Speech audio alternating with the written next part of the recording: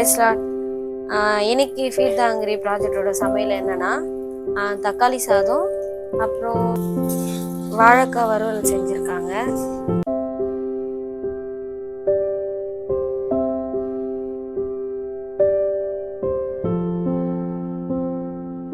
Price lord. இன்னைக்கு என்ன வசனம் தியானிக்க போறோன்னா மத்தேயு 5:16. இவ்விதமாய் மனுஷர் உங்கள் நற்கிரியைகளை கண்டு பரலோகத்தில் இருக்கிற உங்கள் பிதாவை மகிமைப்படுத்தும்படி உங்கள் வெளிச்சம் அவர்கள் முன்பாக பிரகாசிக்க கடவது. திரும்பிய வாசிக்கிறேன்.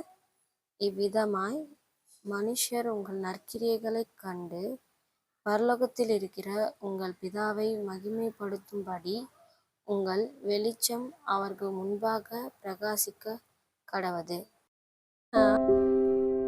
இந்த வசனம் நம்ம இந்த உலகத்துல தேவனுடைய வெளிச்சமா இருக்கிறதுக்காக ஒரு பெரிய பலனை கொடுத்துருக்கு.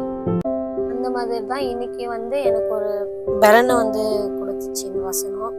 என்ன பலன்னா, நானும் என்னோட தம்பியும் சாப்பாடு கொடுக்கறதுக்காக போயிட்டு இருக்கோம். சாப்பாடு கொடுக்க போயிட்டு இருக்கும் போது எனக்கு எங்க போய் கொடுக்கறதுன்னு தெரியல, ஒரு மாதிரி குழப்பமா இருந்தது. நாங்கள் ரெகுலரா ஒரு 4-5 வீட்டுக்கு கொடுப்போம். அந்த வீட்டுக்கு போய் கொடுத்துட்டு அதுக்கப்புறமா வந்தா எனக்கு எங்க போறதுன்னே தெரியல. நான் மனசுக்குள்ளேயே ப்ரேயர் பண்ணிட்டே இருந்தேன்.